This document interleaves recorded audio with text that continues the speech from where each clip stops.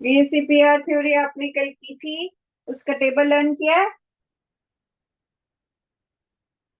Yes और no, raise your hands, किस किस को याद है वो टेबल? ओके, जिन्होंने नहीं किया फटाफट पहले वो टेबल करो, क्योंकि तभी ये क्वेश्चन होंगे। एक बार रिवाइज करो, कोई डाउट्स है तो पूछो, और ये क्वेश्चंस के आंसर्स लिखो, फिर मैं एक एक करके डिस्कस करती हूँ।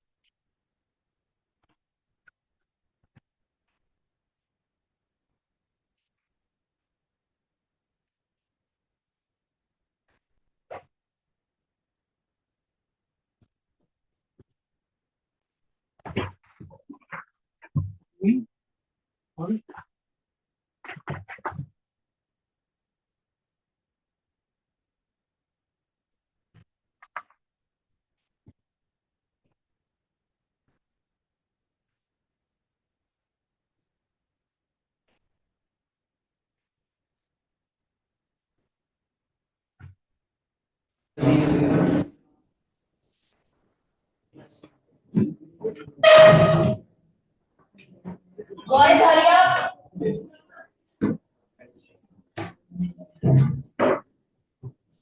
जल्दी सेटल हो जाओ। क्या बात कर रहे हैं? सारी बात करो जल्दी से।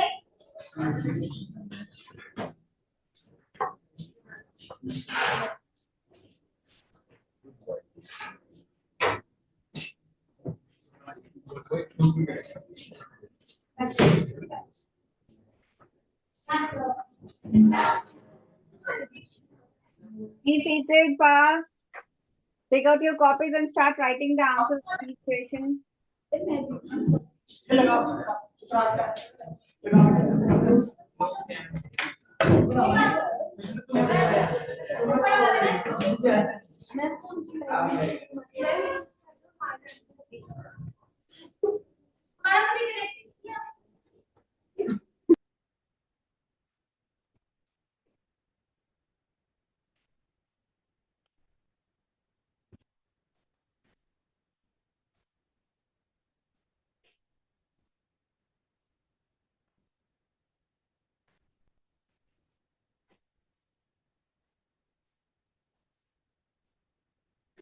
जिन्होंने कल वाला VACPR का टेबल रिवाइज नहीं किया है, just go through it once because you'll need it to answer these questions.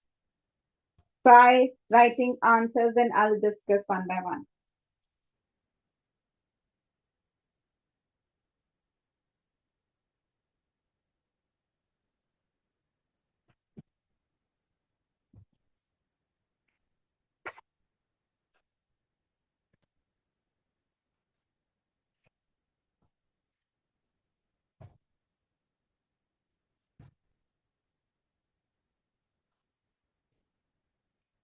Okay, I think everybody has settled down. Let's start. The first question is define the octet rule and what are its limitations. तो octet rule क्या है? Octet rule कहता है हर किसी element को अपनी last shell में 8 electrons चाहिए, ठीक है? Every element wants its last shell to be completely filled. सबको 8 इलेक्ट्रॉन्स ऑक्टेट कंप्लीट करनी है। उससे होगा क्या? उससे उसको स्टेबिलिटी मिलेगी। तो ठीक है, ऑक्टेट रूल तो ये हो गया कि every element wants 8 electrons in its last shell, but what are the limitations? Limitations हैं कि फिर भी बहुत सारे कंपाउंड्स ऐसे हैं जिनके पास 8 इलेक्ट्रॉन्स नहीं होते पर वो स्टेबल होते हैं। कौन है वो? उसके लिए आपको याद रखना है एक्सेप्शंस ऑफ ऑक्टेट रूल,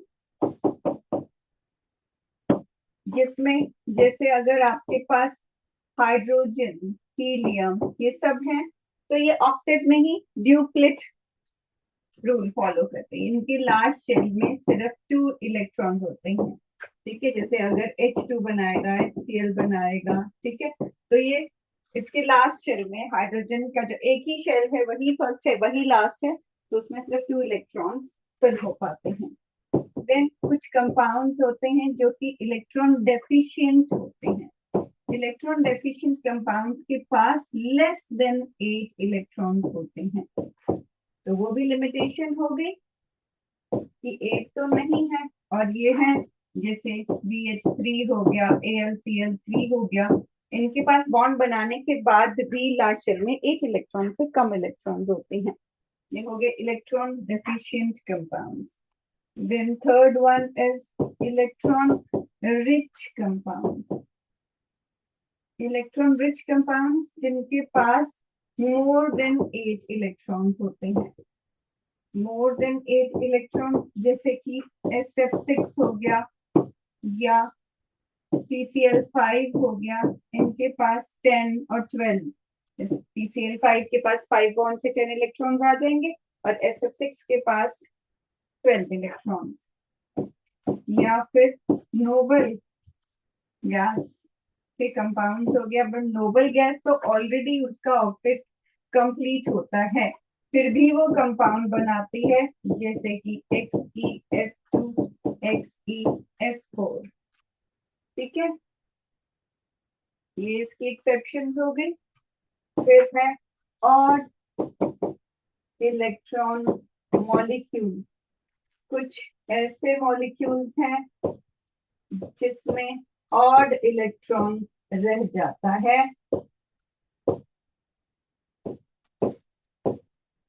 उसके पास 8 नहीं 7 या 9 इलेक्ट्रॉन्स होते हैं जैसे कि NO। और 6th लिमिटेशन आप लिख सकते हो दैट ऑक्टेट रूल से आपको शेप्स के बारे में पता नहीं चलता है। शेप्स हमने VSC पे थ्योरी में पढ़ी है, ऑक्टेट रूल से हमें शेप्स के बारे में नहीं पता चलता है। ठीक है, फटाफट लिखो ये।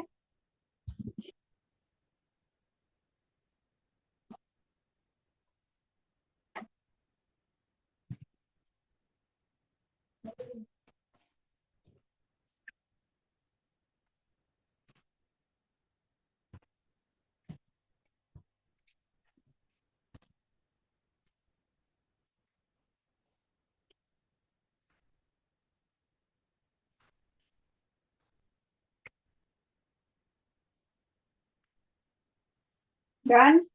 Okay. Then second question is,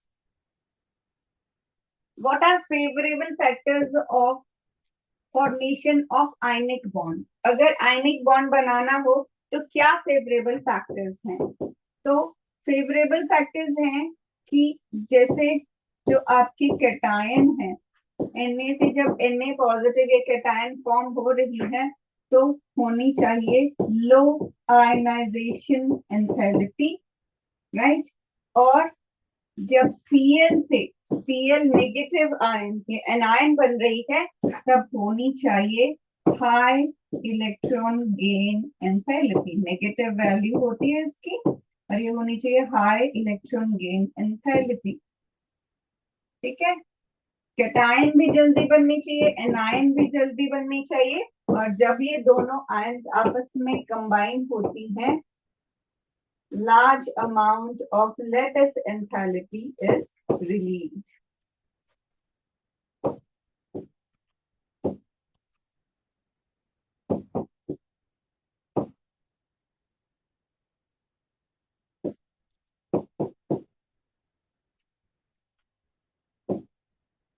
ठीक है, huge amount of lattice enthalpy is released. ये है आंसर आपके सेकंड क्वेश्चन का। Then third question is, although geometries of NH3 and water molecules are distorted tetrahedral, bond angle in water is less than that of ammonia. ये कहता है जिसे ammonia है, this is 3 bonds and 1 lone pair, and water is 2 bonds and 2 lone pair. तो कहता है geometry तो वही है कि 4 चीजों वाली टेट्राहेड्रल ज्योमेट्री, ठीक है, जिसमें इसकी शेप पिरामिडल है और इसकी शेप बेंट है, लेकिन जैसे मैंने आपको कल बताया था एंगल ये 107 है, ये 104 है। तो एंगल क्यों कम हो गया? Because of greater lone pair repulsion.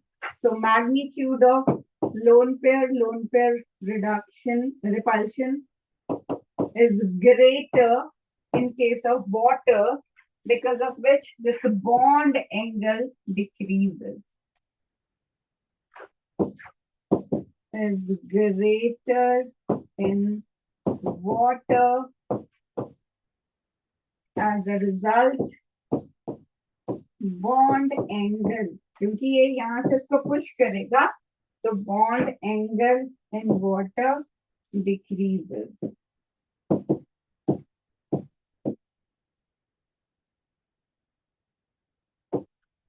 ठीक है,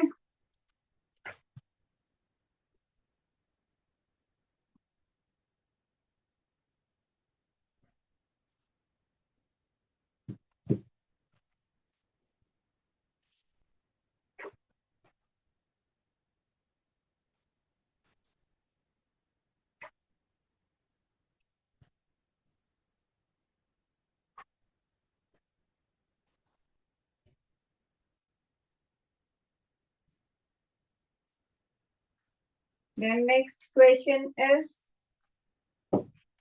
how do you express the bond strength in terms of bond order? कि कैसे आप बताते हो कि बॉन्ड ऑर्डर और बॉन्ड स्ट्रेंथ का क्या रिलेशन है? तो बॉन्ड ऑर्डर क्या होता है? बॉन्ड ऑर्डर होता है नंबर ऑफ बॉन्ड्स। तो जैसे अगर एक हाइड्रोजन दूसरे हाइड्रोजन के साथ बॉन्ड बनाता है, सिंगल बॉन्ड है। ऑक्सीजन डबल बॉन्ड है, नाइट्रोजन ट्रिपल बॉन्ड है।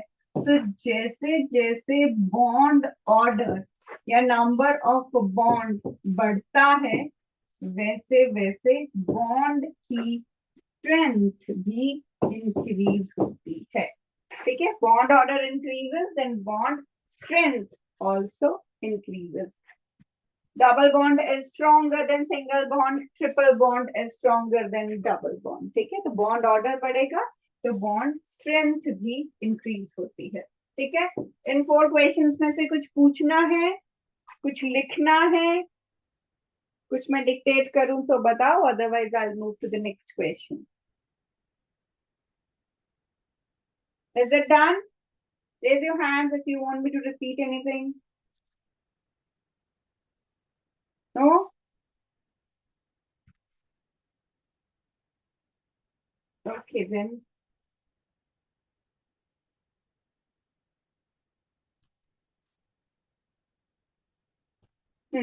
Next question is, although both CO2 and H2O are triatomic molecules, the shape of water is bent while that of CO2 is linear.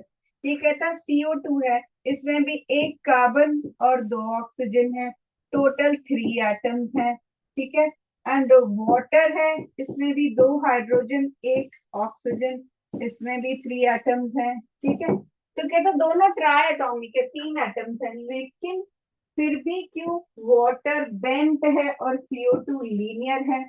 तो जब आप water बनाते हो, oxygen 2 bonds बनाता है और 2 है इसके पास लोन पेयर रिपल्शन से आपने देखा था कि ये बेंट हो जाता है। लेकिन कार्बन जिसके लास्ट शेल में 4 इलेक्ट्रॉन्स हैं, ये जब ऑक्सीजन के साथ बॉन्ड बनाएगा, एक ऑक्सीजन 2 बॉन्ड बनाता है, तो इस कार्बन के ये बॉन्ड बन जाते हैं। मैंने आपको बताया था VACPR में सिंगल या डबल बॉन्ड को अलग अलग से कुछ जज नहीं किया गया है, वो बस सेंट्रल एटम और साइड एटम्स का देखते हैं कि एक सेंट्रल एटम में 2 साइड एटम्स हैं, तो चाहे सिंगल बॉन्ड बना रहे हूँ चाहे डबल बॉन्ड बना रहे हूँ, उनका शेप सेम है। तो इसकी शेप, क्योंकि इसके पास लोन पेयर नहीं है, तो इसकी शेप लीनियर हो गई, लेकिन इसने 2 सिंगल बॉन्ड बनाया और 2 लोन पेयर हैं, तो ये बेंड हो गया। Shape is bend. तो why it is bend? Because of lone pair repulsion, जो कि बॉन्ड को बेंड कर देती है, और इसमें there are no lone pairs. ठीक है, इसलिए CO2 लीनियर है और वाटर बेंड है।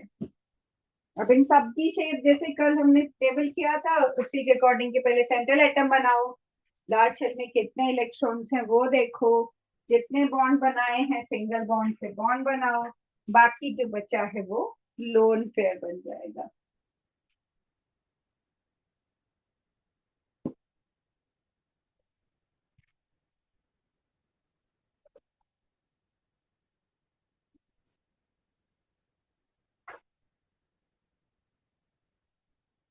ठीक है।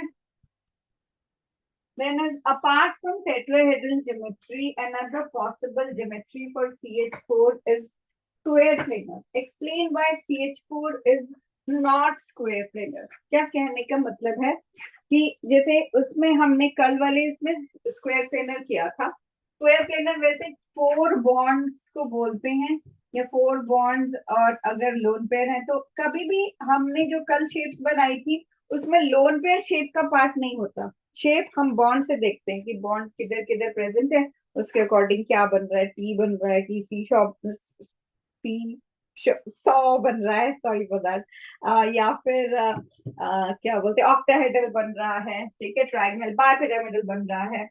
लेकिन हम कभी भी लोन पेयर को नहीं शेप के नाम में इंक्लूड करते। अब ये कहता है CH4 है तो आपने CH4 को ऐसे क्यों नहीं बना दिया कि 4 बॉन्ड ऐसे क्यों नहीं बनाए, ऐसे क्यों बना दिए। ठीक है, ये जो शेप है जहां पर ये स्क्वायर के 4 कॉर्नर्स पे है, this is called square planar. ठीक है, स्क्वायर प्लेनर,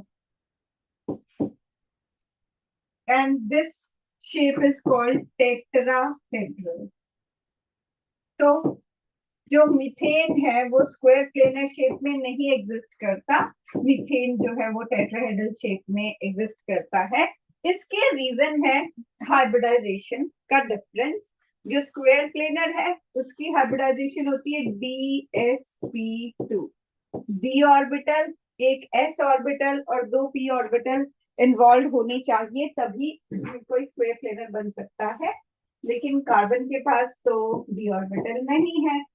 ये बॉन्डिंग के लिए इन्वॉल्व करता है s ऑर्बिटल और p ऑर्बिटल, ये बनता है sp3 hybridised.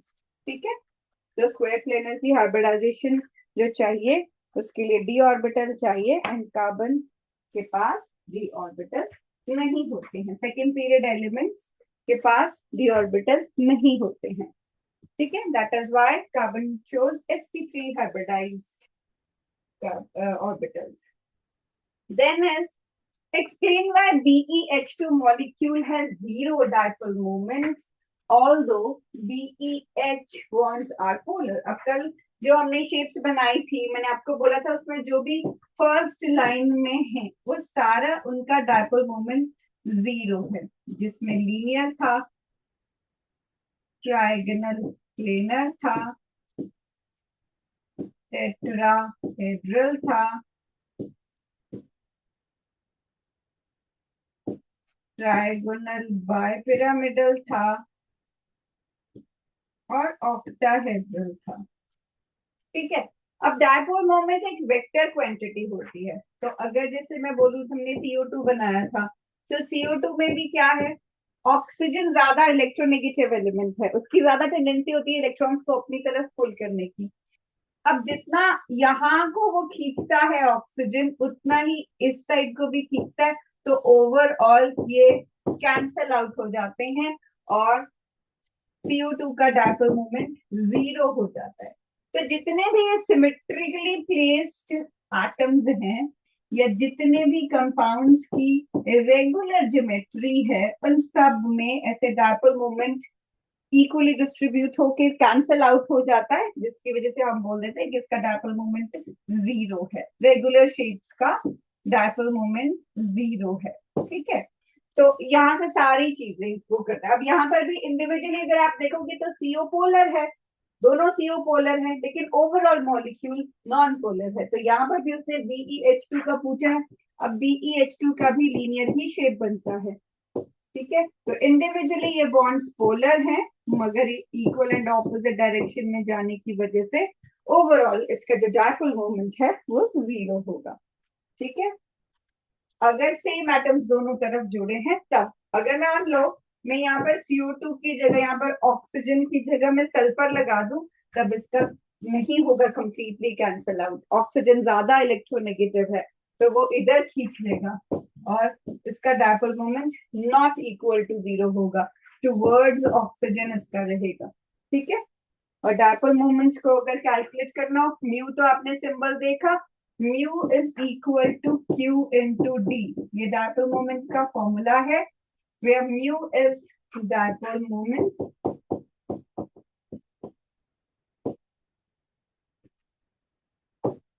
then q is charge on atom and d is distance of atom। distance मतलब साइज के बीच में, इनके न्यूक्लियस के बीच में कितना डिस्टेंस है।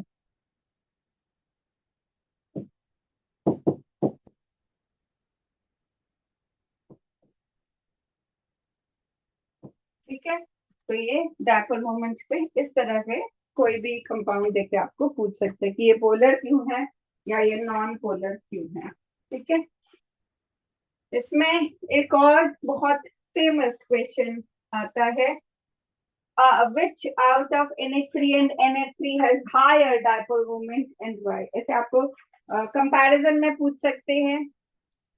वैल्यूज आपको याद करने की जरूरत नहीं होती, पर अगर आप एनसीईआरटी से पढ़ रहे हो और आप याद कर सकते हो इट वुड बी गुड, मगर नहीं तो आपको एटलीस्ट इसकी शेप्स पता होनी चाहिए। तो NH3 में क्या है, 3 बॉन्ड है और एक लोन पेयर है, और NF3 में भी यहाँ पर 3 बॉन्ड्स हैं और एक लोन पेयर है। अब इसमें क्या हो रहा है, नाइट्रोजन ज्यादा इलेक्ट्रोनेगेटिव है तो वो इलेक्ट्रॉन्स को अपनी तरफ खींच रहा है, इधर भी अपनी तरफ खींच रहा है, इधर भी अपनी तरफ खींच रहा है, ऊपर को भी है, तो ये चारों ऐड हो जाएंगे, all four add same direction में जा रहे हैं। इसमें क्या है, फ्लोरीन ज्यादा इलेक्ट्रोनेगेटिव है तो इसकी जो पुल है इलेक्ट्रॉन्स की डाउनवर्ड्स है, लेकिन लोन पेयर की ऊपर है, तो इसमें ये 4 के 4 ऐड हो रहे हैं, इसमें यहाँ पर ये 3 तो ऐड हो रहे थे लेकिन एक तो कैंसिल आउट हो जा रहा है, इसीलिए जो डायपोल मोमेंट NH3 की वो ज्यादा है एज कंपेयर टू NF3। तो आप इसे स्ट्रक्चर बना के, एरोज बना के बता सकते हो कि उसमें सारे ऐड हो रहे हैं और इसमें एक कैंसल आउट हो रहा है। ठीक है, जिसकी वजह से NH3 का डायपोल मोमेंट जो है that is greater than dipole moment of NF3।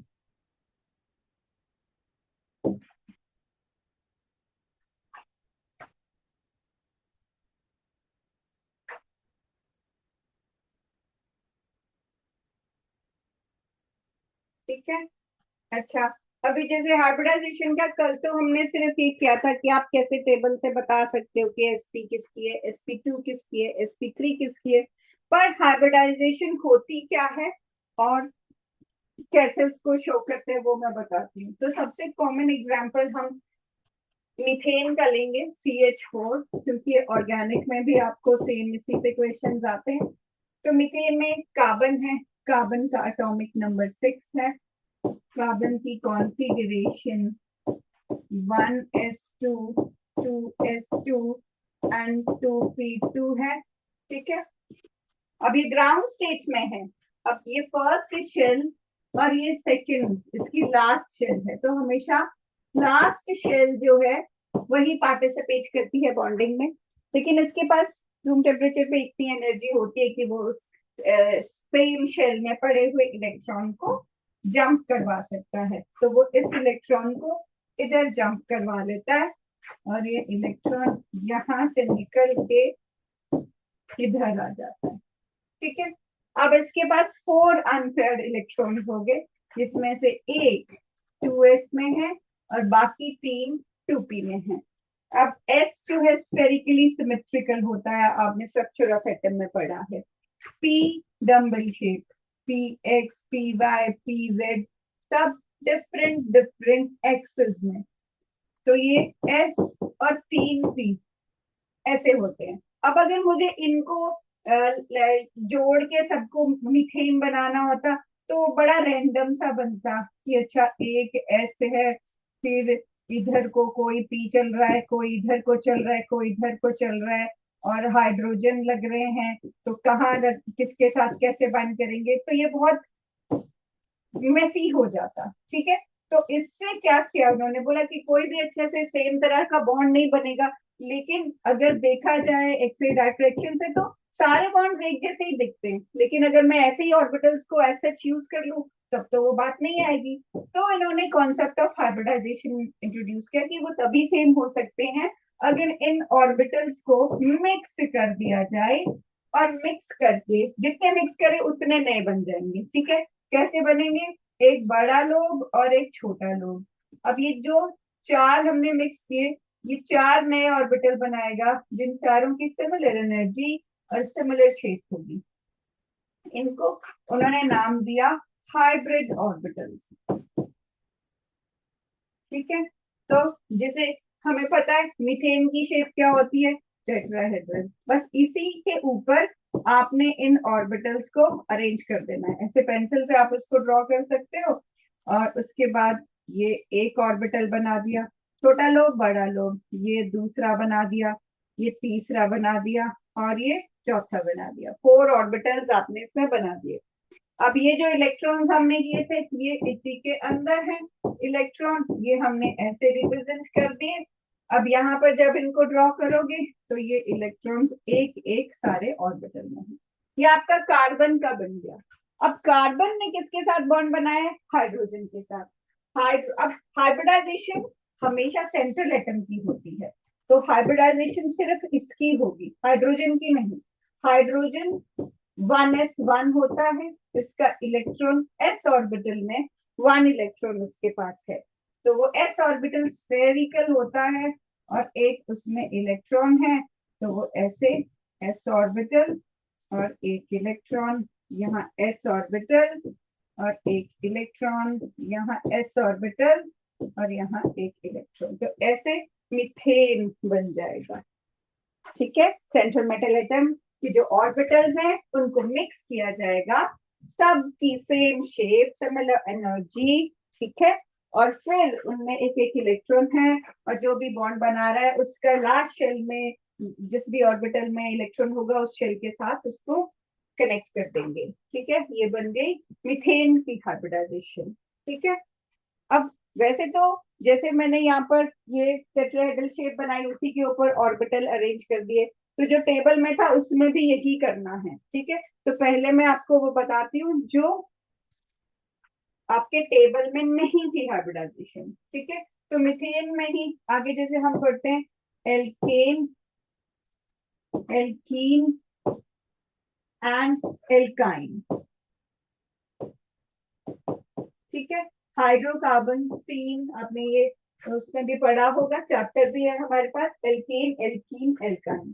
अब इसमें आप सिंपल, आपको कार्बन का तो पता चल गया कि कार्बन में 4 ऑर्बिटल्स होते हैं, और एक एस में इलेक्ट्रॉन होते हैं और 3 पी में होते हैं। अब एल्केन की शेप देखो, ये 2 टेट्राहेड्रा आपस में मिले होते हैं, जैसे हम टेट्राहेड्रल ऐसे बना रहे हैं ना, इसको बस ऐसे को बेंड कर दिया, ये एक टेट्राहेड्रा और दूसरी साइड से भी ऐसा टेट्राहेड्रा।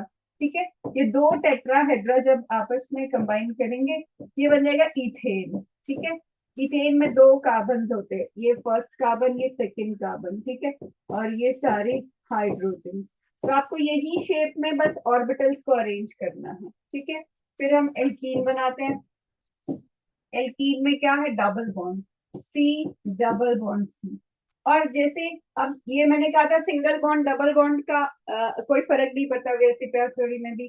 तो यहाँ पर अगर मुझे किसी के 3 बॉन्ड बनाने होते हैं तो ऐसे, जैसे कल हमने ये बनाया था ट्राइगोनल प्लेनर, बस इसको मैंने टिल्ट कर दिया, पर ये 120 डिग्री पे वैसे ही बॉन्ड है। ठीक है, तो अब यहाँ देखो कि ये 120 degree, ignore the pi bond, ये 120 डिग्री, ये और ये आपस में 120 डिग्री पे अरेंज है। वैसे ही इस साइड भी। ठीक है, तो एल्कीन का कैसा बनता है, ट्राइगोनल प्लेनर वाली शेप। मैं यहाँ लिख देती हूँ, ये दो टेट्राहेड्रा आपस में कंबाइंड है, ठीक है, और यहाँ पर दो ट्राइगोनल प्लेनर वाला, ठीक है। और एल्काइन में क्या है, सी ट्रिपल बॉन्ड की, एक एक हाइड्रोजन इसमें बच जाता है और ये लीनियर शेप आ जाएगी। ठीक है, पहले तो शेप पता होनी चाहिए, बाकी तो ऑर्बिटल ही ड्रॉ करनी है बेटे। अगर कल वाली शेप्स याद है तो हाइब्रिडाइजेशन उसी पे कवर हो जाती है। इसमें भी ये शेप्स आपने पढ़ी हुई है, आपको बस ध्यान देना है। अब देखो, अगर मुझे एल्केन बनाना है तो मैं इस शेप में, आप you can draw the lines जो भी आपने ऐसे बनाई है ताकि आपका साफ सुथरा बने। पेंसिल से लाइन बना दो ऊपर, आप किसी कलर्ड उससे या फिर थोड़ा सा डार्क करके पेंसिल से वो बना सकते हो। अब हमने किया था ये, हम इसको जैसे ये किया था, एक कार्बन के 4 ऑर्बिटल हैं, तो अभी क्या है हमारे पास दो डिफरेंट कार्बन हैं, तो दोनों के फोर ऑर्बिटल्स होंगे। ये 1 2 3 4, और यहाँ पर भी 1 2 3 4। ठीक है, तो ऐसे दो कार्बन एटम्स हैं मेरे पास इसमें, और दोनों के ऐसे फोर फोर ऑर्बिटल्स हैं। बस इसको मैंने यहाँ अरेंज कर देना है। ये मेरा पहला कार्बन है यहाँ पर, इसको मैं कैसे अरेंज करूंगी, ये 1, ये 2, ये 3 और ये 4। वैसे ही यहाँ पर 1 2 3 एंड ये 4। ठीक है, और आप यहाँ पर इलेक्ट्रॉन इसका जो इसके पास है वो हमने इलेक्ट्रॉन यहाँ ड्रॉ कर दिए, कार्बन के इलेक्ट्रॉन्स हो गए दोनों कार्बन के। ठीक है, अभी हाइड्रोजन बस हमने इसमें ड्रॉ करना है, तो हाइड्रोजन ड्रॉ करने के लिए मैंने बोला कि वो एस ऑर्बिटल में होता है, तो हाइड्रोजन का ऐसे आप ऐसे सर्कल बना सकते हो और फिर इलेक्ट्रॉन बना सकते हो ऐसे, 3 हाइड्रोजन इधर 3 इधर, बीच में वो कार्बन आपस में बॉन्ड बना चुका है। ये होगी हाइब्रिडाइजेशन ऑफ एल्केन। ठीक है, जो 4 ऑर्बिटल्स हमने पिछले पेज पे ऐसे बनाए थे वही चीज, वो 4, एक कार्बन के 4 ऑर्बिटल्स इधर अरेंज किए, दूसरे कार्बन के इधर अरेंज किए। ठीक है, आपस में एक बॉन्ड बनेगा इनका ऐसे पूरा। अगर बिना लाइन के बनाना चाहते हो तो ऐसे, एक छोटा लोब एक बड़ा लोब ऐसे 1। ठीक है, फिर इधर ये सेकंड, इधर ये थर्ड, ठीक है, और इधर ये फोर्थ। फिर सेम इधर को भी आप बनाओगे, ये 1 बड़ा लोब छोटा लोब और 3 ऑर्बिटल, जैसे 1, फिर ये 2 और ये 3। ठीक है, ऐसे बना दोगे। यहाँ पर ये दोनों आपस में ओवरलैप कर रहे हैं, और यहाँ पर इधर हाइड्रोजन के साथ, हाइड्रोजन का लास्ट इलेक्ट्रॉन एस ऑर्बिटल में है, या एक ही इलेक्ट्रॉन है जो एस ऑर्बिटल में होता है, इसीलिए एस के लिए स्फेरिकल लाइन हम ड्रॉ कर देते हैं। ठीक है, ये है आपका एल्केन। अब आती है बारी एल्कीन की। तो पहले देखो, एल्कीन में हमने बोला कि एल्कीन में डबल बॉन्ड है, ऐसे आपके पास डबल बॉन्ड है। तो हम जो देखो, हाइब्रिडाइजेशन सिर्फ सिग्मा बॉन्ड की होती है, पाई बॉन्ड हाइब्रिडाइज नहीं करता। ठीक है, सिर्फ सिग्मा बॉन्ड की हाइब्रिडाइजेशन होगी। तो क्या था हमारे पास कॉन्फ़िगरेशन में था, 2s में 1 और 2p में 3। ये कार्बन की एक्साइटेड स्टेट की कॉन्फ़िगरेशन थी। ठीक है, तो अब मुझे सिर्फ 3 सिग्मा चाहिए, तो मैं पहले 3 ऑर्बिटल से सिग्मा बना लूंगी और लास्ट वाले ऑर्बिटल को बोलूंगी तुम पाई बनाओ, क्योंकि सिग्मा पहले बनता है। ठीक है, और सिग्मा स्ट्रॉन्ग बॉन्ड होता है, पाई बॉन्ड वीक होता है। ठीक है, तो मतलब sp2 ये वाले हाइब्रिडाइजेशन में आ जाएगा, ये वाला p हाइब्रिडाइजेशन में नहीं आएगा। दूसरे कार्बन का भी सेम है, इसके पास भी ये 2s में 1 है, 2p में 3 है। पहले 3 सिग्मा बना लेंगे, 4 पाई बनाएगा, तो हाइब्रिडाइजेशन इसमें sp2 रहेगी, क्योंकि ये एक s और 2p ऑर्बिटल यूज कर रहा है। ठीक है, तो मतलब अगर मैं इनके ऑर्बिटल्स ड्रॉ करूं तो तीन को ही मुझे मिक्स करना है, मतलब मेरे पास तीन ऑर्बिटल ऐसे बनेंगे जिसका एक बड़ा लोब होगा, एक छोटा लोब होगा, लेकिन एक ऑर्बिटल ऐसा बनेगा जो कि फुल होगा। सिमिलरली ये आपके पास एक बड़ा लोब, छोटा लोब, बड़ा लोब, छोटा लोब, बड़ा लोब, छोटा लोब और एक फुल ऑर्बिटल। ठीक है, क्योंकि पाई बॉन्ड के लिए जो ये यूज कर रहा है उसको वो हाइब्रिडाइज नहीं करेगा। क्यों नहीं करेगा? क्योंकि pi bond head on overlapping नहीं करता, ऐसे नहीं करता, साइड साइड से करता है। तो वो अबव द प्लेन और बिलो द प्लेन दोनों लोब्स उसके कंबाइन करते हैं साइड से। ठीक है, तो उसको हमने मिक्स नहीं करना है, सिर्फ ये और ये आपस में मिक्स हुए। कौन कौन? एस और बी, sp2 हाइब्रिडाइजेशन ये हो गई। ठीक है, चलो अब इसको अरेंज करते हैं। ये जो हमने बनाया, तो इसमें मुझे इसी के ऊपर अरेंज करना है जो हमारी शेप है, जो कि है ऐसे कि ये वाले सिग्मा है और एक एडिशनल यहाँ पर पाई बॉन्ड बना हुआ है। तो पहले हम सिग्मा वाले को अरेंज करते हैं। तो सिग्मा वाला, ये एक सिग्मा, ये दूसरा सिग्मा और ये तीसरा सिग्मा, तीन सिग्मा वाले हो गए। इस पे भी एक सिग्मा, ये second one, this is third one, right. अब मुझे पाई के लिए करना है कि पाई ऑर्बिटल जो है वो पूरा जो हमने यहाँ पर ये वाला, ये पाई वाला हमने ये बनाना है। ठीक है, जिसको हाइब्रिडाइज नहीं किया, तो इसको मैं पूरा का पूरा ऐसे बना रही हूँ। ठीक है, और ये कैसे बनाएगा? ये आपस में जो इसके इलेक्ट्रॉन्स है ये आपस में ऐसे बॉन्ड बनाएगा। ठीक है, बाकी का इनके पास अभी एक इलेक्ट्रॉन है इधर इधर, और ये आपस में बना लिया, इधर भी एक एक है। अब बाकी तो हाइड्रोजन के साथ ही ये वैलेंसी पूरी करेगा। यहाँ पर हाइड्रोजन है, हाइड्रोजन का 1s में होगा इलेक्ट्रॉन, तो आप फिर इसमें 1s में इसको बना सकते हो। Let's take a brighter colour.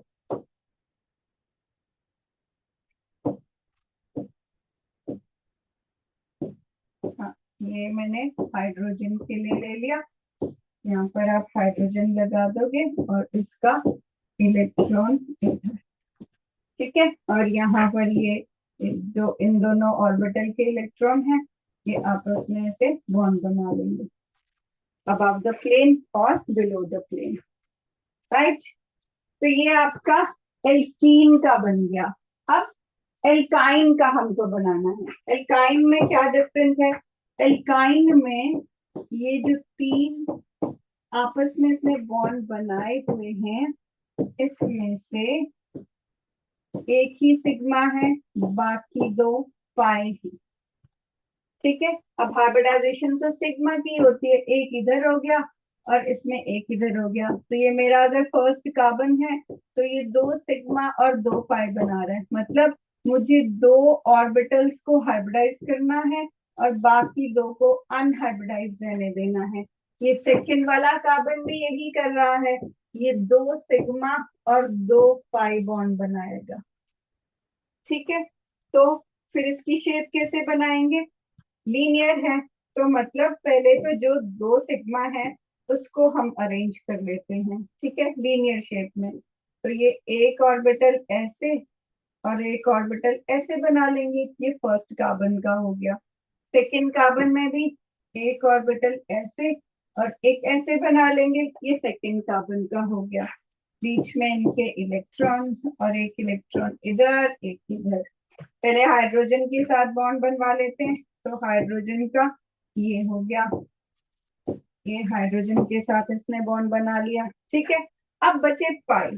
अब पाई को दो पाई हैं, तो हम उनको प्लेन्स के अकॉर्डिंग, कि एक को अगर इस ऐसे स्लांटिंग वे में, मतलब ये इस प्लेन में है, तो इसका जो साथ में ओवरलैप करेगा उसको भी सेम इसी टिल्ट में रखना पड़ेगा, ये दोनों आपस में ओवरलैप करेंगे।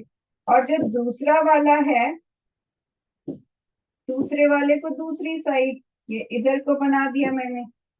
ठीक है, तो इसके इसके साथ वो जो सेम साइड टिल्ट हुआ है वो ओवरलैप कर जाएगा। ठीक है, इनकी होती है साइडवेज ओवरलैपिंग, तो ये इसके साथ ऐसे और इसके साथ ऐसे ओवरलैप करेगा, और दूसरा वाला ये इसके साथ और ये इसके साथ ओवरलैप करेगा।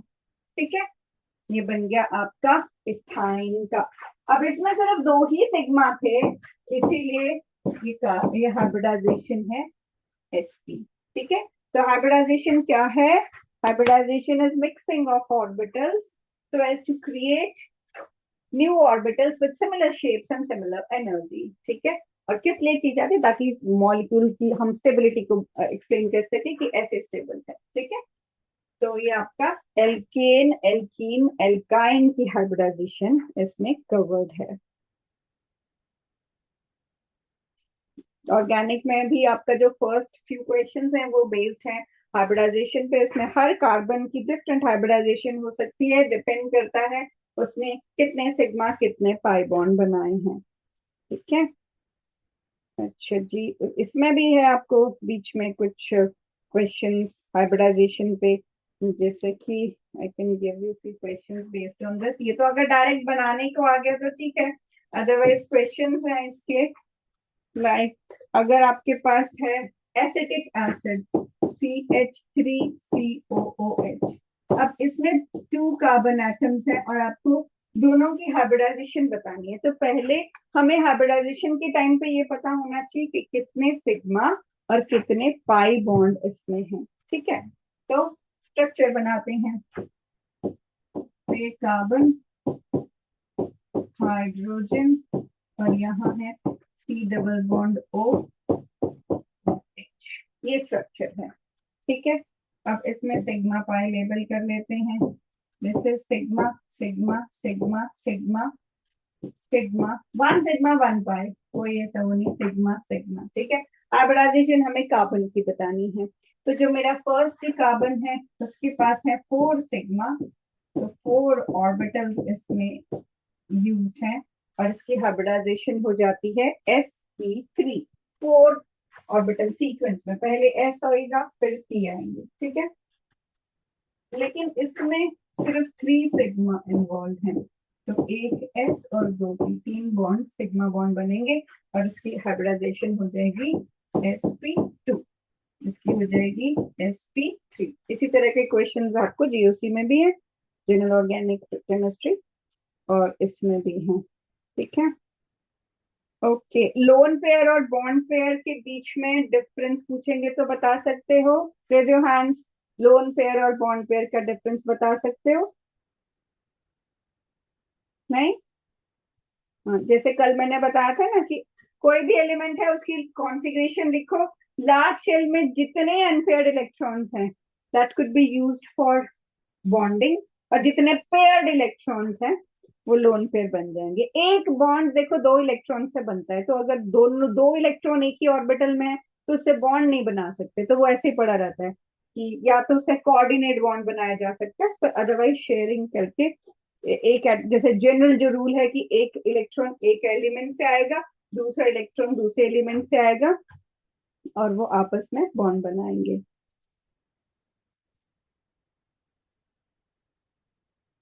ओके, वीबीटी एक छोटी सी थ्योरी है, उसमें तो आप बस ये इंटरैक्शन के ऊपर बेस्ड ये बताते हो कि किसकी अट्रैक्टिव इंटरैक्शंस और रिपल्सिव इंटरैक्शन ज्यादा हैं और उसके अकॉर्डिंग बॉन्ड बनेगा कि नहीं। जैसे H2 है अगर, तो ये 2 हाइड्रोजन एटम्स हैं, एक हाइड्रोजन एटम के पास एक इलेक्ट्रॉन होता है, तो जब इनकी इंटरैक्शंस होती हैं तो इसमें अट्रैक्टिव फोर्स है, ये न्यूक्लियस इसको अट्रैक्ट करेगा, ये न्यूक्लियस इसको अट्रैक्ट करेगा।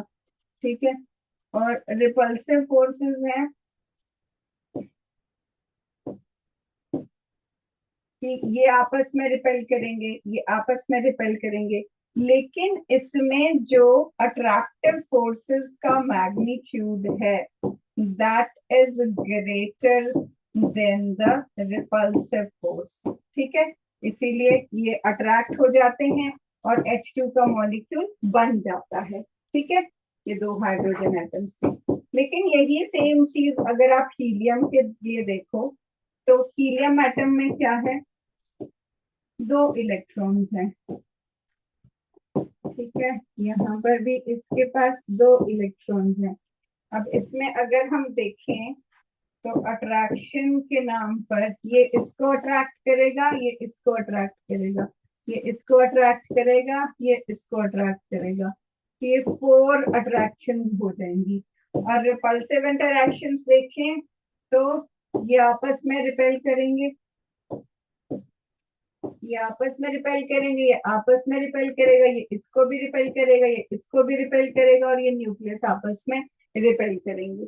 तो ये ग्रीन लाइंस जो है वो अट्रैक्शन की हैं और रेड लाइंस जो है वो रिपल्शन की हैं। तो 5 रिपल्शन हैं हमारे पास और 4 अट्रैक्टिव फोर्सेस हैं। तो इसमें रिपल्सिव फोर्स ज्यादा हो जाती है, इसीलिए हीलियम का मॉलिक्यूल नहीं बनता है। This is according to valence bond theory कि वैलेंस शेल में जो इलेक्ट्रॉन्स है वो कैसे इंटरैक्ट कर रहे हैं और वो बॉन्ड बना रहे हैं कि नहीं बना रहे हैं। और ये बोलता है दो एटम्स जब अप्रोच करते हैं एक दूसरे को तो एक मैक्सिमम डिस्टेंस ऑफ अप्रोच आता है, उसके आगे नहीं एटम्स मूव कर पाते हैं और उसी वक्त उसकी मैक्सिमम स्टेबिलिटी होती है जब वो मैक्सिमम डिस्टेंस ऑफ अप्रोच पे है, फिर रिपल्सिव फोर्सेस बढ़ जाती हैं। ठीक है, ये है वीबीटी। नाउ नेक्स्ट हम करेंगे एमओटी कर लेते हैं पहले, मॉलिक्यूलर ऑर्बिटल थ्योरी। उसके बाद हम हाइब्रिडाइजेशन की कुछ और क्वेश्चंस कर लेंगे, हाइब्रिडाइजेशन की शेप्स बना लेंगे, वही शेप्स जो कल भी की थी, कल वाला थोड़ा सा टेबल रिवाइज भी कर लेंगे। ठीक है, तो इसमें नेक्स्ट है अब मॉलिक्यूलर ऑर्बिटल थ्योरी।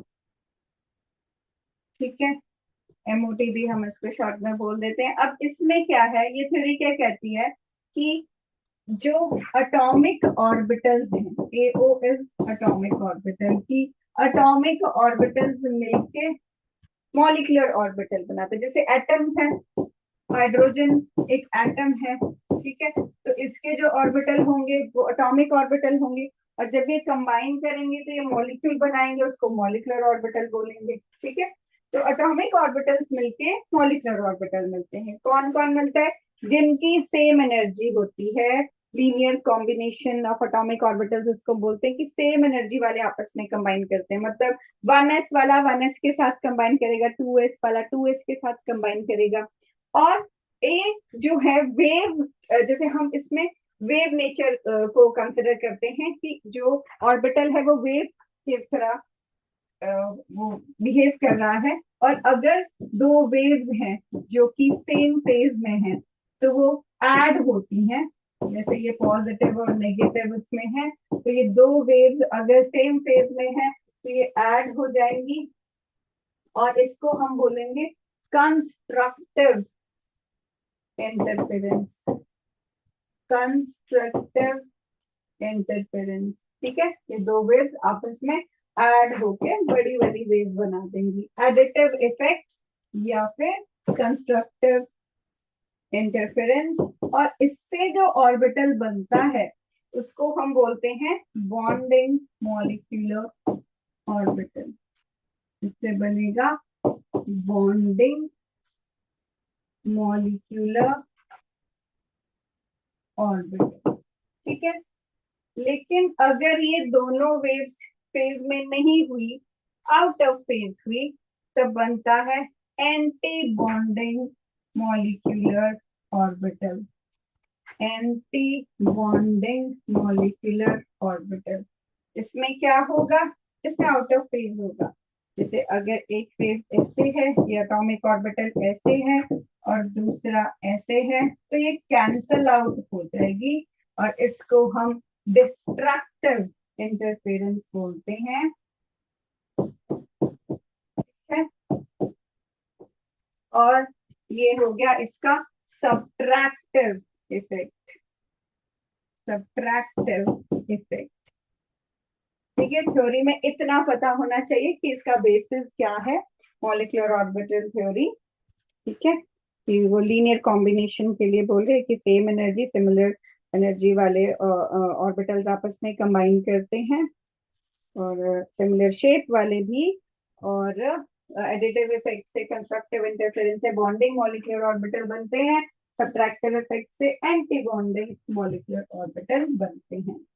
ठीक है, तो इसमें एक आधा डिफरेंस भी आ सकता है बॉन्डिंग और एंटी बॉन्डिंग मॉलिक्यूलर ऑर्बिटल्स में, या एटॉमिक ऑर्बिटल्स और मॉलिक्यूलर ऑर्बिटल्स में। ठीक है, अब ये कैसे इसमें क्वेश्चन भी आएगा, जैसे अगर मैं हाइड्रोजन का मॉलिक्यूलर ऑर्बिटल बनाना चाहूँ थ्योरी के अकॉर्डिंग, H2 मॉलिक्यूल को रिप्रेजेंट करना चाहूँ, तो ये जैसे हाइड्रोजन के पास तो एक ही ऑर्बिटल है, एक ही इलेक्ट्रॉन है, ये हो गया 1s1। दूसरे हाइड्रोजन के पास भी एक ऑर्बिटल एक इलेक्ट्रॉन, ये भी हो गया 1s1। ये आपस में मिक्स करेंगे और दो नए ऑर्बिटल्स बनाएंगे, जिनके पास ये, जैसे ये वाला जो मिक्स होके बना, जिसके पास कम एनर्जी है उसको हम बोलेंगे बॉन्डिंग मॉलिक्यूलर ऑर्बिटल। इसके पास है लो एनर्जी और इसके पास है high stability, low energy high stability. बाकी आपने लिखा है कि कंस्ट्रक्टिव इंटरफेरेंस से ये बनता है। ठीक है, और ऊपर वाला जो है इसमें ये है एंटी बॉन्डिंग मॉलिक्यूलर ऑर्बिटल, जिसकी है हाई एनर्जी, और जिसकी भी एनर्जी हाई होती है उसकी स्टेबिलिटी कम होती है। ठीक है, आपकी क्लास में भी जो सबसे एनर्जेटिक होगा वो कूदता रहता होगा, आराम से नहीं बैठेगा, क्योंकि उसकी एनर्जी हाई है। ठीक है, तो जिसकी एनर्जी हाई है उसके पास स्टेबिलिटी नहीं होती है। राइट, अब ये हो गया, ये तो पहले सिर्फ ये जो इधर है ये अटोमिक ऑर्बिटल्स हैं, ये वाला ये एक अटोमिक ऑर्बिटल है, ये भी एक अटोमिक ऑर्बिटल है। इन्हीं अटोमिक ऑर्बिटल्स को मिक्स करके, ये दोनों अटोमिक ऑर्बिटल्स को मिक्स करके ये बीच वाला मॉलिक्यूलर ऑर्बिटल बन रहा है। ठीक है, अब कैसे बनेगा, इलेक्ट्रॉन्स फिल होंगे इसमें जो इन्होंने मिक्स किए, तो इसके पास तो दो ही इलेक्ट्रॉन है, तो पहला इलेक्ट्रॉन इधर जाएगा और दूसरा इलेक्ट्रॉन इधर, क्योंकि जो तीन रूल्स हम इलेक्ट्रॉन्स की फिलिंग के लिए कॉन्फ़िगरेशन के टाइम पे करते हैं वही रूल्स हमने फॉलो करने हैं।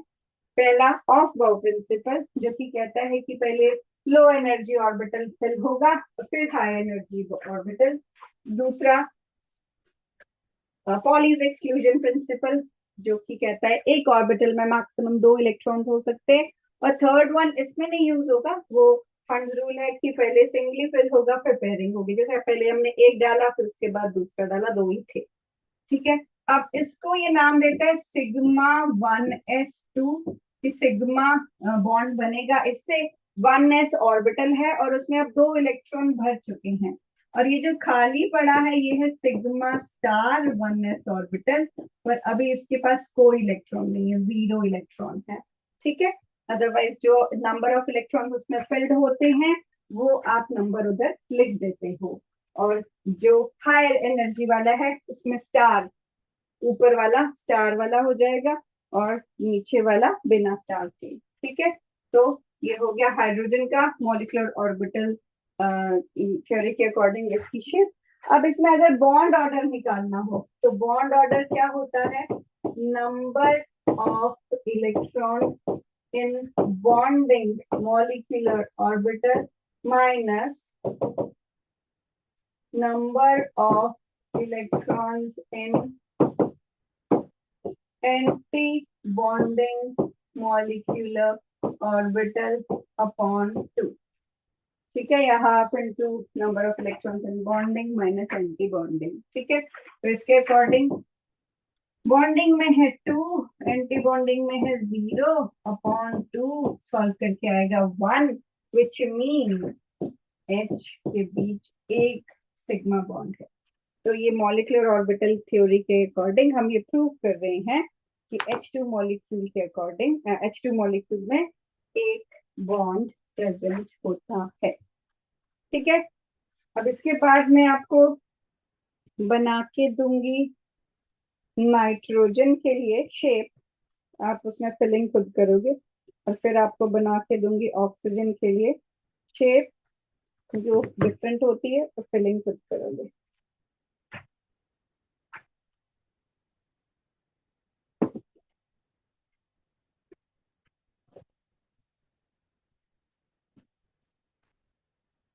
साफ साफ बनाना है आपने, उससे ही आपको समझ आ जाएगा क्या क्वेश्चन इसमें फिर हमें लिखने वाले हैं।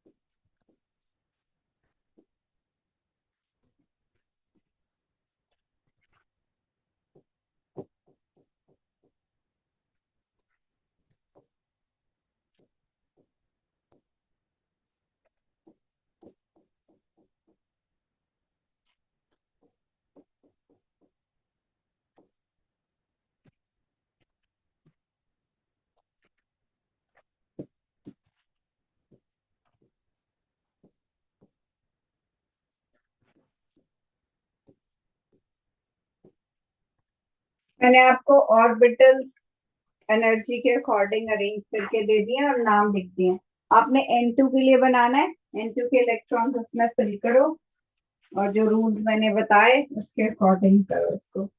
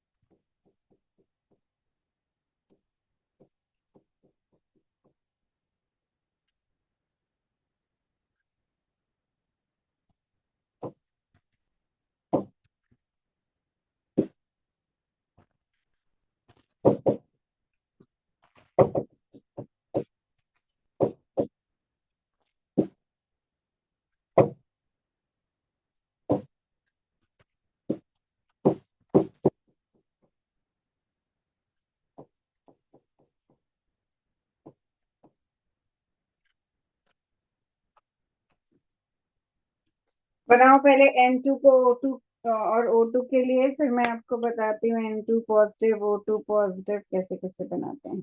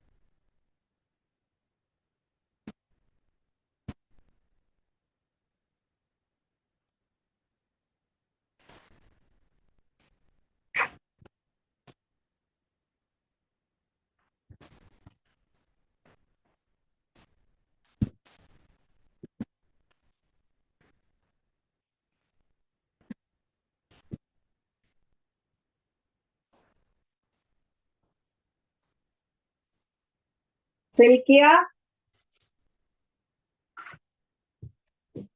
देखो इधर।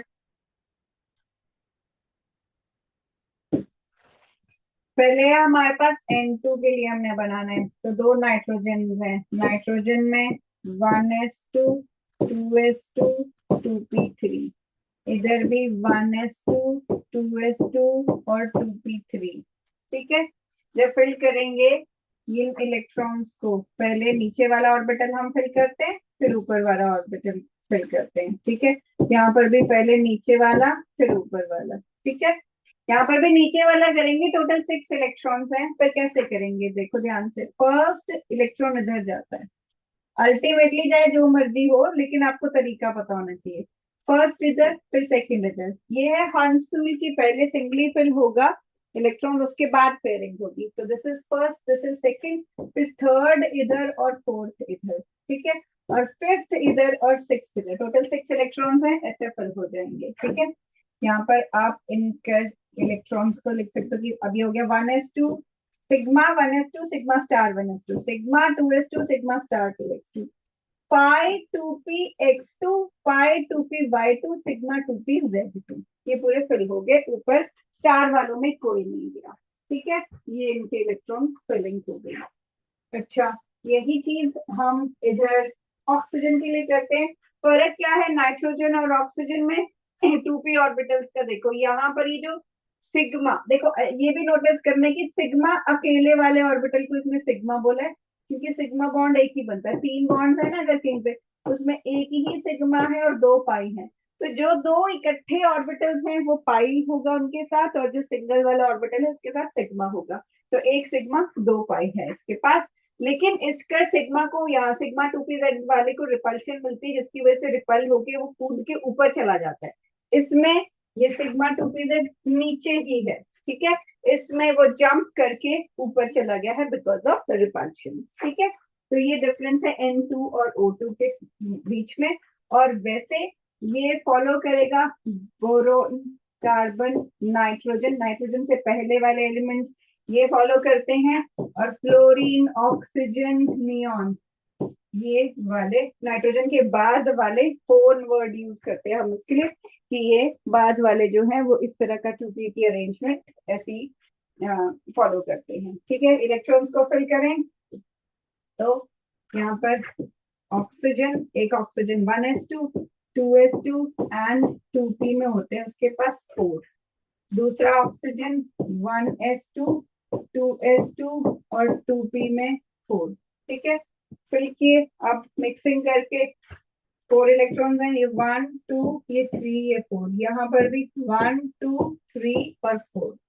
अब ऊपर वाले में टोटल 8 इलेक्ट्रॉन्स हैं, तो वही रूल लगा के हम इसको फिल करेंगे।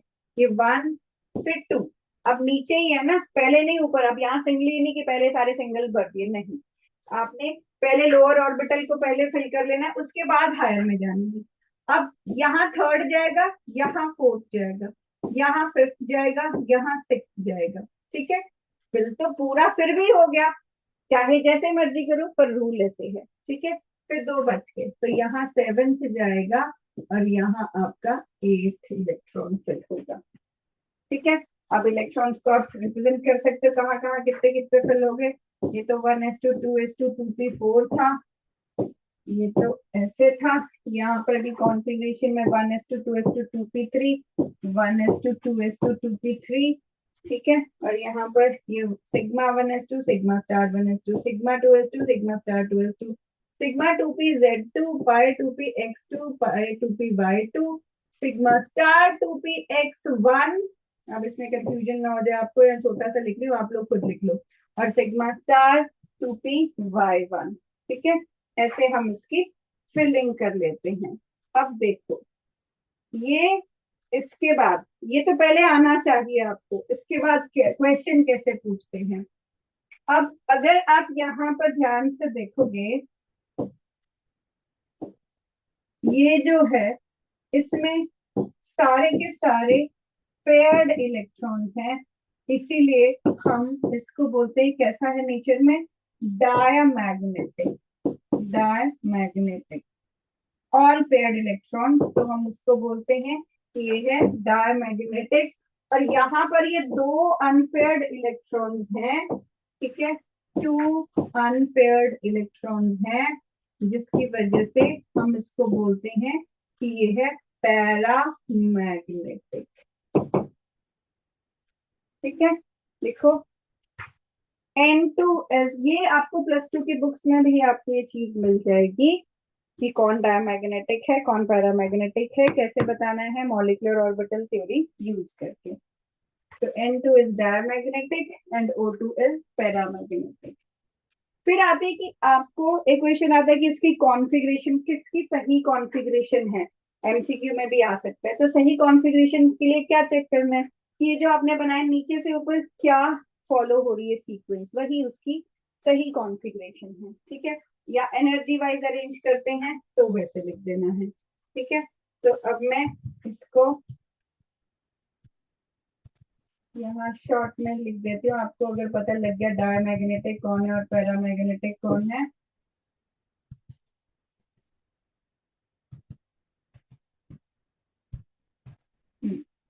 तो ये था हमारे पास डायमैग्नेटिक, और ये हो गया हमारे पास पैरामैग्नेटिक। पैरामैग्नेटिक में अनपेयर्ड इलेक्ट्रॉन्स होते हैं और डायमैग्नेटिक में ऑल पेयर्ड होते हैं, ठीक है। उसके बाद नेक्स्ट है हमारे पास कॉन्फ़िगरेशन। अब नीचे से हम शुरू कर देते हैं यहाँ से। तो N2 की कॉन्फ़िगरेशन अगर मैं लिखूं तो ये बन जाएगा सिग्मा 1s2, फिर सिग्मा स्टार 1s2, फिर sigma 2s2, sigma star 2s2, ठीक है। उसके बाद पाई 2p(x2), पाई 2p(y2) और सिग्मा 2p(z2). ये मैंने कॉन्फ़िगरेशन लिख दी, ठीक है। अब इसको एनर्जी वाइज अगर अरेंज करने को बोल दिया तो ऐसे ऐसे एनर्जी बढ़ती रहेगी, लेकिन पाई वालों की एनर्जी इक्वल होगी। पाई 2p(x), पाई 2p(y), उनकी एनर्जी इक्वल होगी, ठीक है। और O2 के लिए it is sigma 1s2, sigma star 1s2, sigma 2s2, sigma star 2s2, यहाँ तक सेम है। उसके बाद ऊपर सिग्मा 2pz2, राइट। फिर है पाई 2px2, पाई 2px2, पाई 2py2, और इसमें पाई स्टार ऑर्बिटल्स भी फिल्ड हैं, ठीक है। तो इसके बाद आएंगे pi star 2px1 and pi star 2py1। ये इसकी कॉन्फ़िगरेशन होगी। और अगर बोला कि एनर्जी के अकॉर्डिंग अरेंज करो तो ऐसे एनर्जी बढ़ेगी, लेकिन जो पाई वाले हैं उनकी एनर्जी इक्वल होगी। ये इक्वल टू का साइन है, नॉट इक्वल टू मत कर देना, ठीक है। तो ये ऑक्सीजन की और नाइट्रोजन की कॉन्फ़िगरेशन प्लस एनर्जी के टर्म्स में उसकी सीक्वेंस का अरेंजमेंट हो गया। बॉन्ड ऑर्डर पूछेंगे तो बॉन्ड ऑर्डर N2 का अगर देखो क्विकली निकालना हो तो 1s 2s दोनों का सेम है, हम सिर्फ 2p का सोच सकते हैं, 2p की कॉन्फ़िगरेशन से भी डायरेक्ट कर सकते हैं। उससे भी छोटा शॉर्टकट बताऊंगी, पर पहले आपको कॉन्सेप्ट समझना था, ठीक है। तो N2 के लिए number of electrons bonding orbital में आपको दिख रहे हैं 6, एंटी बॉन्डिंग में है 0 डिवाइडेड बाय 2, तो नाइट्रोजन का बॉन्ड ऑर्डर आ जाता है 3। और बॉन्ड ऑर्डर ऑक्सीजन का बॉन्डिंग में दिख रहे हैं आपको 6, एंटी बॉन्डिंग में 2 डिवाइडेड बाय 2, और इसका आ जाता है बॉन्ड ऑर्डर 2, O2 का 2 और नाइट्रोजन का 3, ठीक है। इसमें कोई भी डाउट है तो पहले पूछ लो बेटे, कुछ भी मॉलिक्यूलर ऑर्बिटल में पहले पूछना है यहाँ तक का तो पूछो प्लीज। नो डाउट्स, सब समझ आ रहा है? ठीक है फिर तो चलो। अच्छा, फिर इसके बाद मैं आपको बता रही थी कि जैसे आपको अगर बोला है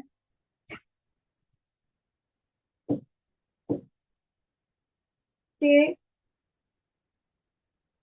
अगर जैसे हमने O2 बनाया, ठीक है, तो O2 तो क्या बना, O प्लस O बना। ऐसे ही O2 पॉजिटिव भी बनाया जा सकता है O और O पॉजिटिव से, O2 नेगेटिव भी बनाया जा सकता है O और O नेगेटिव से, O2 2 नेगेटिव भी बनाया जा सकता है O नेगेटिव और O नेगेटिव से, ठीक है। और O2 पॉजिटिव भी बनाया जा सकता है दोनों O पॉजिटिव और O पॉजिटिव से, ठीक है। करना क्या है, पॉजिटिव वाले में इलेक्ट्रॉन कम करने हैं और नेगेटिव वाले में इलेक्ट्रॉन ऐड कर देने हैं। जैसे ये 8 + 8 होगा, ये 8 + 7, ये 8 + 9, ये 9 + 9, ये 7 + 9, ठीक है। इतने इलेक्ट्रॉन्स फिल करके सेम वो बना देने हैं, बट इसकी जरूरत नहीं पड़ती है। सेम N2 के लिए भी आप कर सकते हो। मैं आपको शॉर्टकट बता रही थी कि जैसे आपने देखा कि N2 में 3 बॉन्ड बन रहे हैं, याद कर लेना है, triple bond N, triple bond N होता है, N2 में 3 बॉन्ड्स बनते हैं, ठीक है। तो मतलब और N2 के पास इलेक्ट्रॉन्स हैं 14, तो हम ऐसे लिख देते कि N2 के पास 14 इलेक्ट्रॉन्स हैं और इसका बॉन्ड ऑर्डर 3 है। यहाँ लिख लेते हैं इलेक्ट्रॉन्स, यहाँ लिख लेते हैं बॉन्ड ऑर्डर, और ये हमारा स्टैंडर्ड मॉलिक्यूल आ गया। अब जैसे जैसे नंबर ऑफ इलेक्ट्रॉन्स, ये 15, 16, 17, 18, 19, 20 ऐसे बढ़ता रहेगा ना। बॉन्ड ऑर्डर 0.5 कम होता रहेगा, आप क्रॉस चेक भी कर पाओगे वहां से। तो ये बॉन्ड ऑर्डर 2.5 टू 1.5 1.5 और ये 0। आप कोई भी मॉलिक्यूल का चेक करके भी देख सकते हो, जैसे कि आपने अब 16 का ही देखो, हमने O2 का निकाला था तो 2 आया था। अब 17, 17 क्या, ये इसका बन जाएगा O और O नेगेटिव। ठीक है, तो इसमें देखो क्या चेंज आएगा।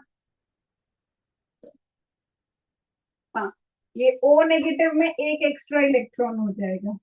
ठीक है, एक एक्स्ट्रा इलेक्ट्रॉन का मतलब यहाँ 6 - 3, एंटी बॉन्डिंग में 3 हो जाएंगे अपॉन 2। कितना हो गया ये, 3/2 1.5। ठीक है, कौन से वाले का, जो हमने यहाँ पर 17 इलेक्ट्रॉन्स के लिए किया, उसमें एक इलेक्ट्रॉन बढ़ गया तो उसका बॉन्ड ऑर्डर आ जाता है 1.5। आप ये किसी के लिए भी चेक करके देख सकते हो। वैसे ही ऊपर भी आप जा सकते हो, 13, 12, 11, 10, 9, 8। This is 2.5, 2, 1.5, 1.5 and 0। ठीक है, 0.5 मेरा थोड़ा सही नहीं दिख रहा, this is 0.5 and this is 0। लिख लो बेटा इसको, ये आपको क्विक अरेंजमेंट के लिए बेनिफिशियल होगा।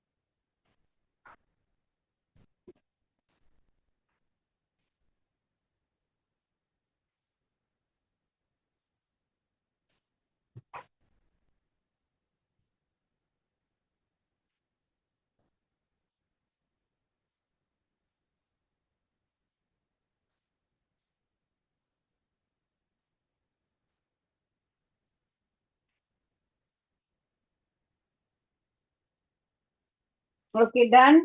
ठीक है, मैं कुछ क्वेश्चन देती हूँ, आप ये इसका आंसर लिखो, मैं आपसे एक एक करके पूछती हूँ अभी। आपने तो मुझसे कुछ स्पेशली पूछा नहीं, अब मुझे ही पूछना पड़ेगा।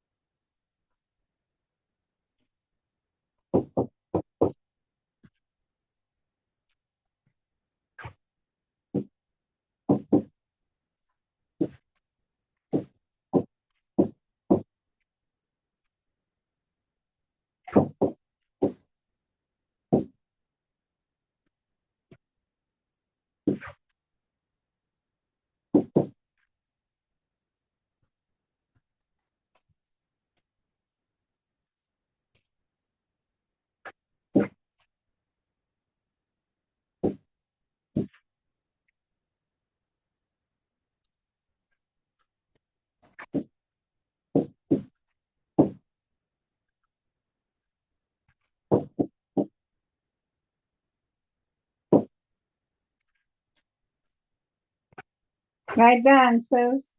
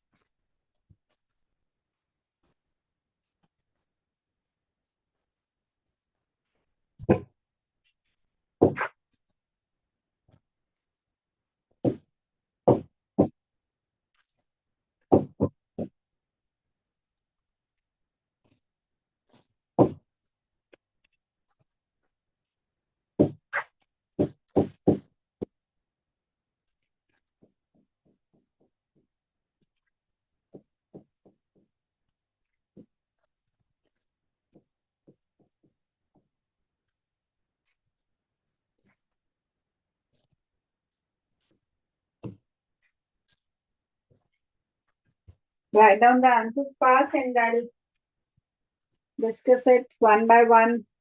You people will tell me the answers. और जिसमें कोई प्रॉब्लम होगी तो फिर हम लोग डिस्कस कर सकते हैं.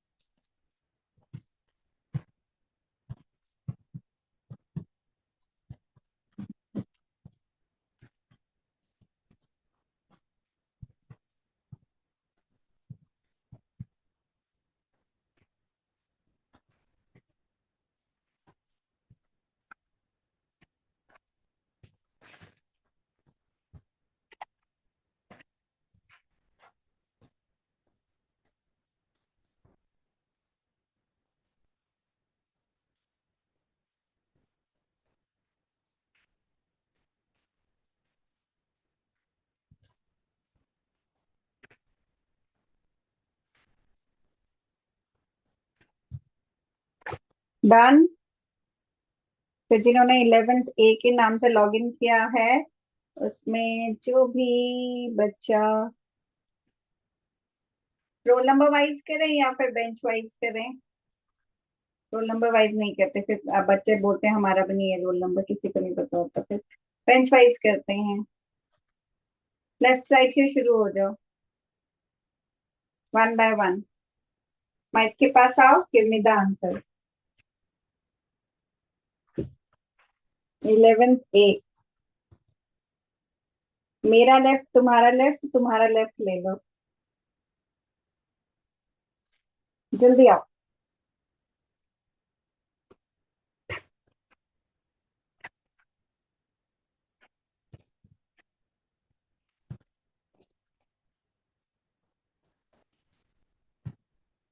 जल्दी करो बेटा. अपना माइक अनम्यूट करो. एक एक करके आओ जल्दी. तभी मुझे पता चलेगा आपको कितना आया कितना नहीं आया. अभी भी कहाँ पर डाउट्स है. कुछ टॉपिक्स इसमें से हमने डिस्कस नहीं किए हैं वो भी कर लेंगे फिर.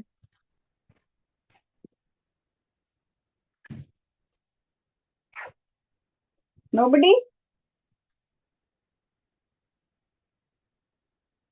नहीं आता क्या ये सब. 11th सी में girls are interested to answer I guess.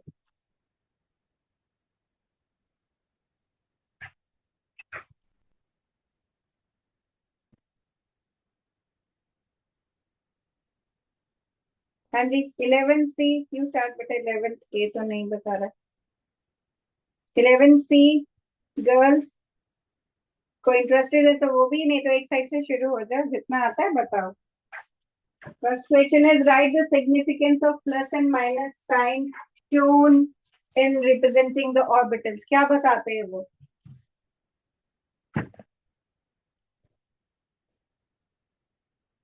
जितना आता है बताओ. I'm not going to judge you. I'm going to help you.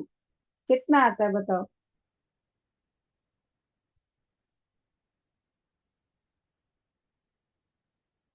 चलो फिर सुनो. Nobody is agreeing to get up. Okay. ये जो प्लस एंड माइनस साइन है ऑर्बिटल्स में ये वेव फंक्शन को रिप्रेजेंट करता है. अबव द प्लेन को पॉजिटिव साइन और बिलो द प्लेन को नेगेटिव साइन दिया जाता है. और जैसे ऐसे बनाते हैं ना तो ये पॉजिटिव या नेगेटिव या वेव के फॉर्म में बनाते हैं तो अबव द प्लेन पॉजिटिव और बिलो द प्लेन नेगेटिव और सेम साइन आपस में ओवरलैप करके बॉन्ड बना सकते हैं. ऑपोजिट साइन नहीं. ठीक है. Second question is describe the hybridization of PCl5. Why are axial bonds longer as compared to equatorial bonds? Very important question. इसमें है कि PCl5 का क्या स्ट्रक्चर है. फॉस्फरस है आपके पास.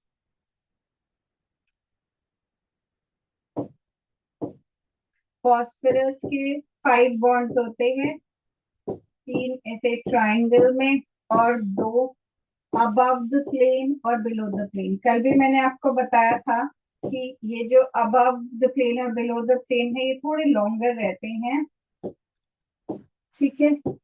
इन बॉन्ड से क्योंकि ये जो दो बॉन्ड्स हैं अबव द प्लेन और बिलो द प्लेन इनको ये 3 बॉन्ड्स 1 2 3, ये 3 बॉन्ड्स रिपेल कर रहे हैं, तो 3 रिपल्शंस की वजह से ये जो अबव द प्लेन और बिलो द प्लेन बॉन्ड है, दे become longer because of repulsions. ठीक है, तो ये जो आपका क्वेश्चन है कि कहाँ गया हमारा question, yes, PCl5 hybridisation. Hybridisation के लिए पहले क्या करना है कि फॉस्फोरस है, फॉस्फोरस 15 है, this is 1s2 2s2 2p6 3s2 3p3। ठीक है, तो लास्ट शेल है इसके पास 3s2 और 3p3, थर्ड शेल 3d इसका खाली पड़ा है। तो ये क्या करता है, क्योंकि इसको 5 बॉन्ड्स बनाने हैं और इस स्टेट में, तो ग्राउंड स्टेट में इसके पास 3 ही अनपेयर्ड हैं, तो किसी भी एलिमेंट को जितने बॉन्ड बनाने होते हैं उतने वो इलेक्ट्रॉन्स को अनपेयर कर लेता है। ठीक है, तो ये इसको जंप करा के अनपेयर करा लेगा और इसके पास हो जाएंगे 5 unpaired electrons because of which it can make 5 bonds। कौन कौन से ऑर्बिटल में गए इसके unpaired electrons, ये s में है, ये p में है और ये d में है। तो इसकी जो हाइब्रिडाइजेशन है, हाइब्रिडाइजेशन दिस becomes sp3d। ठीक है, sp3d, एक s में 3 p में और एक d में इसका इलेक्ट्रॉन होने की वजह से। अब दूसरी बात इसने बोली है कि इसमें एक्सियल बॉन्ड्स लॉन्गर क्यों हैं, तो आपने इसको ड्रॉ करके ये बताना है कि जो एक्सियल बॉन्ड्स हैं इनको 3 बॉन्ड पेयर से रिपल्शन मिलती है, जिसकी वजह से they become longer due to these repulsions.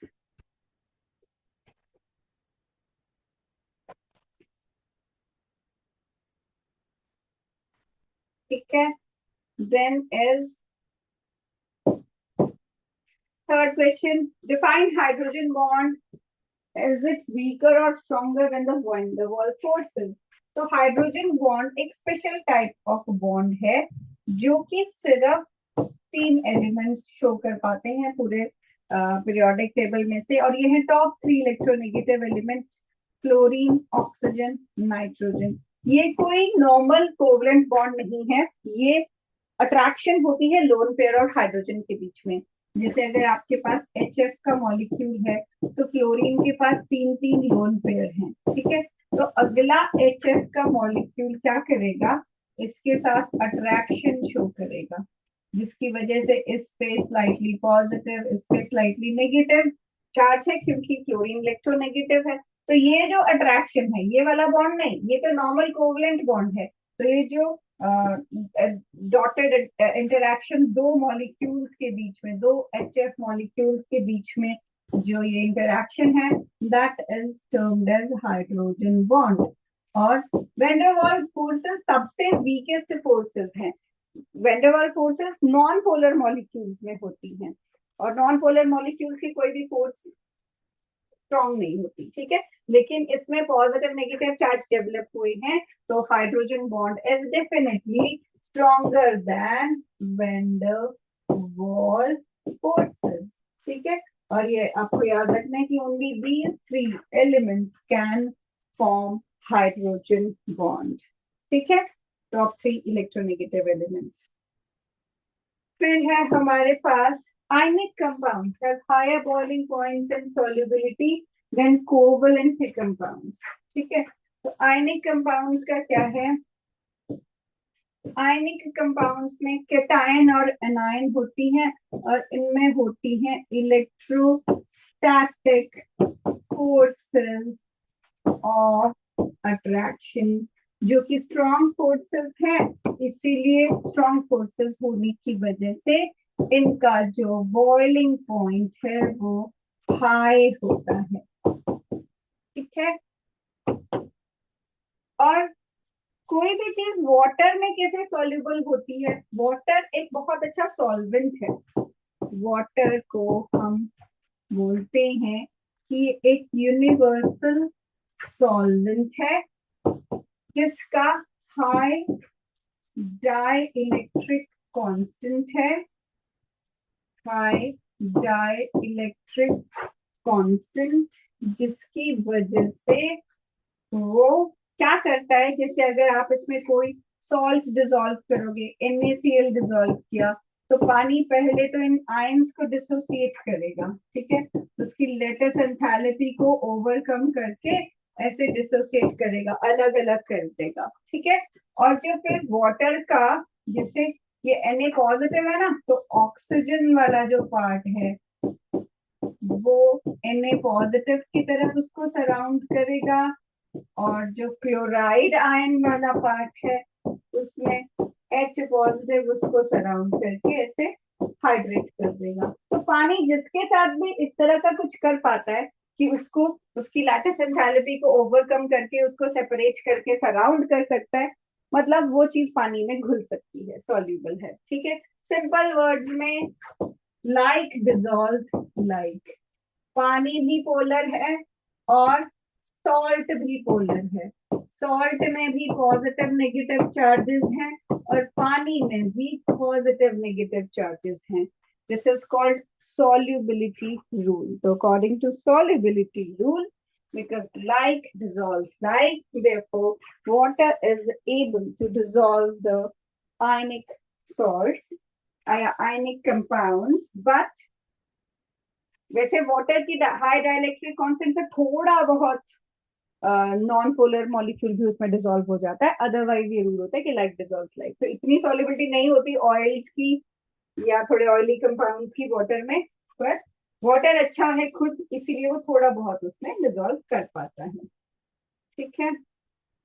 Next is arrange the ionic character NHFH। अच्छा, अकॉर्डिंग टू आयनिक कैरेक्टर आपको अरेंज करना है। आपके ऑप्शंस हैं नाइट्रोजन और हाइड्रोजन, फ्लोरीन और हाइड्रोजन, और कार्बन और हाइड्रोजन, और ऑक्सीजन और हाइड्रोजन, ठीक है। तो जितना ज्यादा, अब हाइड्रोजन तो इसमें कॉमन है, बाकी जिस एलिमेंट की इलेक्ट्रोनेगेटिविटी जितनी ज्यादा होगी उतना ज्यादा वो इलेक्ट्रॉन्स को अपनी तरफ खींचेगा, उतना उस पर नेगेटिव आएगा और उतना ही H पे पॉजिटिव आएगा, ठीक है। तो उतनी ही उसकी पोलैरिटी होती है, राइट। तो यहाँ पर जैसे आपके पास है nitrogen, fluorine, carbon and oxygen. अगर आप पीरियोडिक टेबल में अलोंग द पीरियड जाते हो, यू गेट फ्लोरीन, उससे पहले आएगा आपके पास ऑक्सीजन, उससे पहले आएगा नाइट्रोजन, उससे पहले आएगा कार्बन, ठीक है। सबसे ज्यादा जो नेगेटिव चार्ज है वो फ्लोरीन पे होगा, उससे कम नेगेटिव ऑक्सीजन पे, उससे कम नेगेटिव नाइट्रोजन पे, उससे भी कम नेगेटिव कार्बन पे, ठीक है।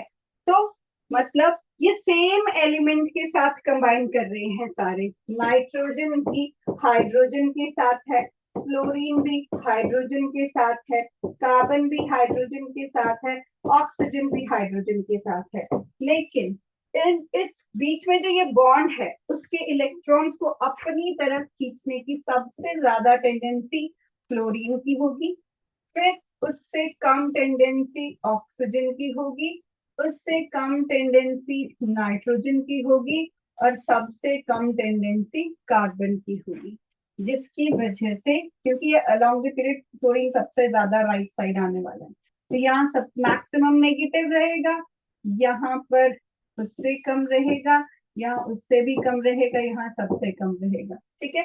तो सबसे ज्यादा आयनिक आपका HF रहेगा, ठीक है। ये सिर्फ एक बॉन्ड को प्रेजेंट किया, otherwise nitrogen can make 3 bonds, fluorine तो एक ही बनाता है, carbon makes 4 bonds, oxygen make 2 bonds, बस ये एक एक बॉन्ड का बताया। तो ये सबसे ज्यादा पोलर या सबसे ज्यादा आयनिक होगा, क्योंकि जितना नेगेटिव फ्लोरीन पे होगा उतना पॉजिटिव हाइड्रोजन अटेन करता है, ठीक है। तो HF सबसे ज्यादा आयनिक है, उसके बाद है आपके पास विच वन, ऑक्सीजन, ठीक है, ऑक्सीजन और हाइड्रोजन, और उसके बाद है नाइट्रोजन और हाइड्रोजन, और उसके बाद है कार्बन और हाइड्रोजन, ठीक है। तो ये आयनिक कैरेक्टर के फॉर्म में इसकी अरेंजमेंट है। अब टीचर प्लीज हेल्प, बच्चों से पूछ के बताएंगे किसी टॉपिक में कोई डाउट है या कोई टॉपिक और कोई कवर करना चाहेंगे या कोई क्वेश्चन पुट करना चाहेंगे तो प्लीज माइक ऑन करके मुझसे पूछें।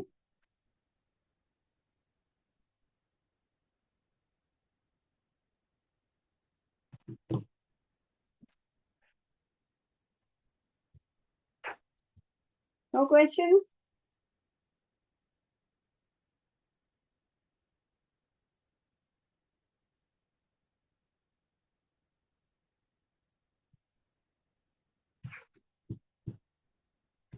चलो फिर अब इस चैप्टर को अच्छे से पढ़ना, फिर भी नेक्स्ट क्लास में कोई भी डाउट्स हो तो आप वो लेके आ सकते हो, वी कैन डिस्कस। और कोई भी molecular orbital theory, VSEPR theory, and focus on the NCERT back exercise, the type of questions they have, similar questions you will be getting, ठीक है। और VSEPR थ्योरी का जो टेबल हमने बनाया था उसको अच्छे से प्रैक्टिस करना। Bye, take care, thank you so much.